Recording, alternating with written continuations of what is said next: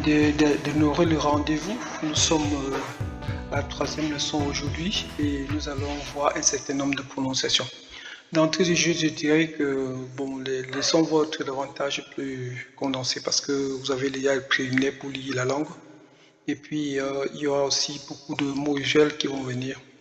Donc, au fur et à mesure que vous allez prendre l'habitude de lire ce que vous avez appris dans les dernières leçons, vous serez capable davantage de maîtriser la lecture et de comprendre davantage un certain nombre d'expressions, de mots qui viendront.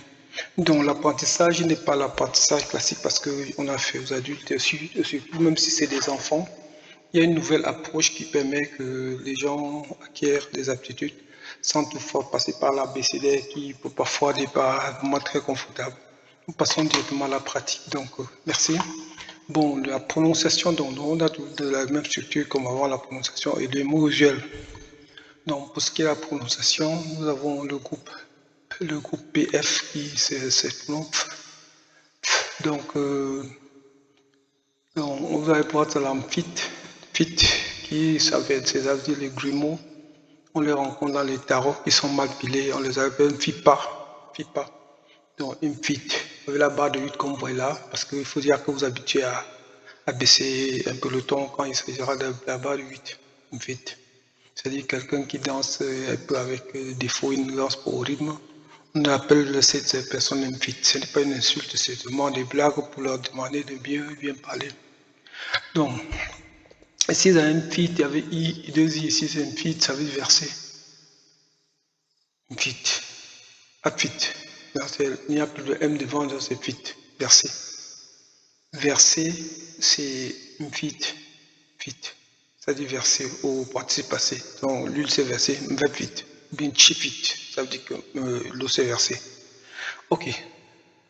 Nous passons à DZ. Je crois que c'est plus facile de prononcer de cette fois-ci. Donc on l'a vu dans le Nzo, la dernière fois Nzo. Et Nzo qui est dehors, et Nzo aussi qui est mangé. Bon, il y a deux choses qu'il faut comprendre. C'est Nzo dehors avec le point d'exclamation pour qui monte le ton un peu Nzo manger. Parenthèsement à Nzo, qui veut dire le successeur en descendant, le ton descend plus Nzo. Donc il y a trois Nzo. Donc vous voyez les différentes prononciations, le successeur. Ok, ce qui est dit Nzo, c'est manger, ou bien Nzo, c'est dire que gagner une compétition, ou bien gagner quelqu'un au dernier, gagner. C'est-à-dire qu'il a été gagnant à partir du jeu. Zo, nous avons gagné. Donc, sinon, Zo, c'est un peu comme ça que nous allons l'écrire. Nzit. Maintenant, c'est recueillir une information. Nzit. DZ s'écrit toujours. Nzit. Recueillir une information auprès de quelqu'un. Nzit, se renseigner. Voilà. Donc, quoi. Je crois qu'on a vu la dernière fois le quoi, c'est une révision. C'est c'est la bagarre. Couette. Avec l'accent sur couette, c'est porter une charge. Donc il y a deux couettes, l'accent grave, et couette qui veut dire porter une charge. Donc remarquez donc comment il y a une petite différence dans la prononciation. Maintenant nous avons cuette qui est différent d'un couette, c'est cuillette. On dit la dernière fois que le U se prononce dans notre langue, comment, et puis vous tenez compte de ça, qui diffère des couettes. Donc, cuillette, c'est une cuillette prendre. Une guillet, c'est la femelle de la femme. Une guignon, la femme de quelqu'un. Une guillet, c'est la femelle. Donc, le contraire de femme, c'est. Nous profitons directement pour voir la différence. Le contraire de femme, c'est une dame. Une dame, c'est quoi? Ne pas confondre avec une dame avec I qui veut dire la chauve-souris. Donc, le mâle, c'est un dème. Alors, la femelle, c'est une guillet. Bon, c'est au-dessus. Donc, il y a toujours. Je veux que nous mettions au bout du jour ces barres qui nous permettent de descendre un peu le ton pour différencier. Parce que on a dit la dernière fois que nos langues étaient des langues à ton. Donc, La barre de vide sera toujours là pour nous permettre de baisser le ton avant de prononcer le mot. Et là, ça permettra de vite maîtriser la langue et de vite parler aux autres. Bon, dehors, c'est confisqué. Bon, N devant, nous on prononce vraiment le N qui est devant. Dehors, donc c'est un peu difficile pour ceux qui ne sont pas origine, les Européens ne parviennent souvent pas à le prononcer N, mais ils s'habituent déjà, je crois qu'ils doivent s'habituer. Bon, die, voilà, donc le N se prononce au début de l'enfant. Ndo, c'est confisqué, retiré par force, donc Ndo, c'est en fait prendre par force. Die, on a vu la dernière fois à l'intérieur de la maison, on parle de die, le compte de Nzo. Je crois que c'est une vision tout simplement. On dit un diem trou, maintenant le trou, H-O-U, trou, H-O-U, pardon, A-O-U, trou. La maison de crâne, tout le haut là va venir au haut là, en bas. Là, je pense ou est utilisé par exemple dans le trou. Trou. Bon, pardon, c'est une tou, pas un trou, c'est avec H. Trou, voilà, une tou. C'est brûler quelque chose, mettre du feu là-dessus. Ou bien mettre au feu à la presse, voilà. Okay. Donc, il se prononce comme en anglais dans now, how. Donc, vous prononcez l'anglais how et vous prenez un to. Voilà, c'est bon. Dans la phrase nge femho,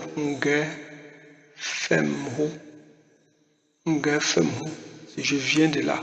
Alors, ho, voilà. Nge femho, je viens de ce lieu-là, je viens de là-bas. Ce groupe se prononce un peu comme O, O, O, O, U, O, O, U, O, O, voilà.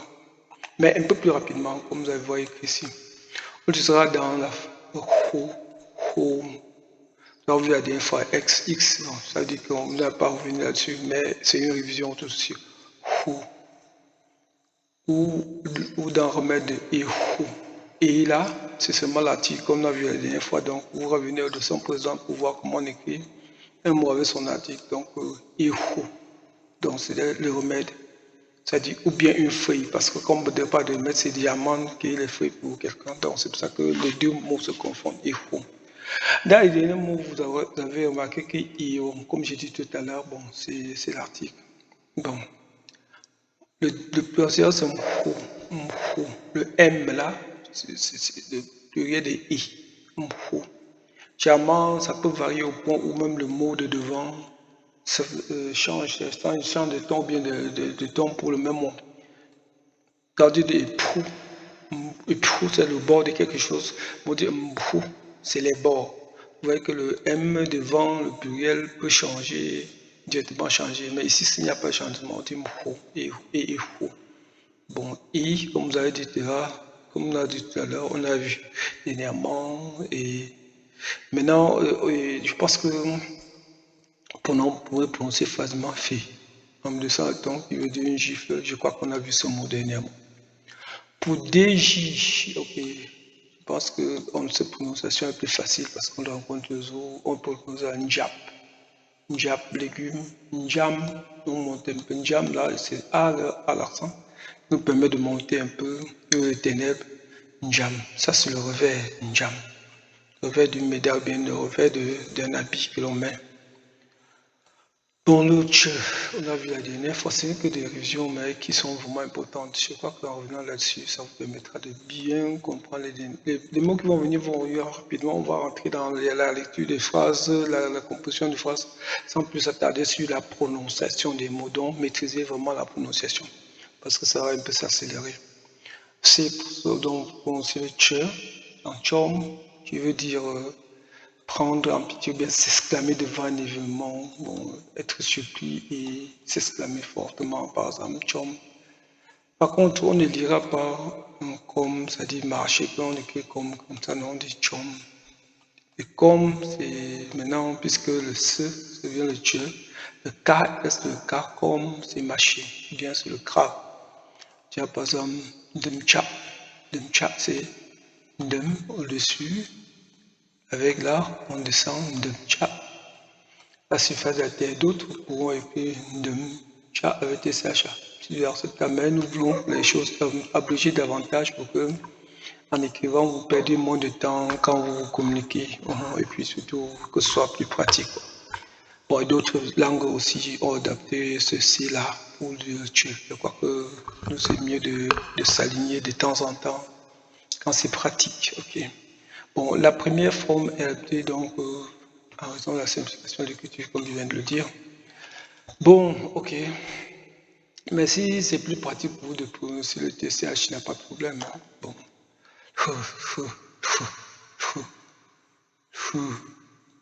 Je crois qu'on a vu ça, LH, la dernière fois. Donc, avec le chenille, qui est l'empressement. Dans le feu, c'est le feu, c'est être pressé, le chenille, c'est l'empressement. Maintenant, c'est la barbe. Par contre, au village, il y a une rivière avant un fleuve qui s'appelle Mfeu. Donc, on pourra l'écrire de la même manière, mais avec la majuscule devant, quand il s'agit du nom, bien sûr. Bon, le H est bien prononcé ici. Il faut que le H soit prononcé, sinon ça ne sera pas la même chose. Alors, le feu, c'est la même chose. On a vu ça dernièrement. Fou et fou pour, voilà. Fou pour. Ici, c'est allons ensemble. Là, allons-y. Mais le fou pour, donc c'est pour. Ça c'est P-O. C'est ça le fou pour allons-y ensemble. C'est la même chose. Fou pour. Allons, c'est la simplification de fou pour allons-y. Fou pour. Ok, donc c'est une simplification. C'est pour ça qu'on dit. C'est un peu comme ça que l'on écrit. Bon, ouais, donc avance-toi donc. Généralement, c'est quand vous êtes avec quelqu'un et que vous lui demandez de s'avancer, bon, en attendant que vous résolviez un problème là avant de le rejoindre. Ok. Donc nous avons fini avec cette partie. C'est bien de vraiment scroller derrière, faire le rewind, revenir pour bien maîtriser cela. Vous pouvez me télécharger la vidéo, il n'y a pas de problème. Bien, ok, nous allons passer directement aux visuels parce qu'ils sont vraiment un peu longs. C'est rapidement, c'est le haricot, la banane indienne, plantain, quindon. Bon, il y a ici. C'est un peu du quindon ou bien quindon. Donc il y a bas de descendre. Mjou, c'est-à-dire les ignames jaunes qu'on a au village là. Mjou, c'est les ignames blanches là. Mjou, bien mjou, on peut écrire comme ça de deux manières, il n'y a pas de problème. Par le macabo, et pour le et, c'est le et, pour c'est le macabo. Ok. Les feuilles de tarot en nature, c'est mou, on a vu mou là. Les feuilles de tarot, on repasse les mlum. Donc, quand on les découpe pour mettre dans le tamepo, c'est bien le tamepo, ce qu'on appelle délimitaire. Donc, tamepo, ok. Le feu, mot. Le foyer, témo. Et les supports de la mamie pour mettre les trucs au feu. Bon, je sais pas comment on l'appelle en français. Les supports de la mamie, c'est tétourmon, voilà. Le bûcher qui garde la flamme, le charbon là pour le lendemain pour refaire le feu sans avoir besoin d'aller chercher généralement le tuyau en saison de pluie quand il faut chauffer le maïs à la claire. Donc on l'appelle famo, c'est le bûcher. Donc vous allez au village auprès d'une grand-mère ou bien votre maman là-bas, vous lui coupez un famo pour garder le feu lors de la saison pluvieuse. Les bois de raffia, c'est-à-dire les bois de raffia, c'est à base des bambous, ce qu'on appelle les bambous à la tige de raffia. Là, à base, là, on a du feu, c'est sans F, ça P, c'est les co-épouses, ok. C'est feu, ok. Les tiges de raffia, c'est-à-dire les bambous, là, on a un ding, ça c'est utilisé pour faire des haies afin d'entourer les concessions. Et quand c'est grillé frit, contrairement à quand qu'on a vu la dernière fois, quand sans N, qui veut dire la clé. Ok. Cuire, pas cuire, pardon. Cuire. Cuire, c'est un dôme. Piler, c'est un fou. Et un piler, c'est un fou. On peut dire un fou, là. Un fou. Non, c'est ce qui est pilé. Un fou. C'est le verbe piler. Un fou.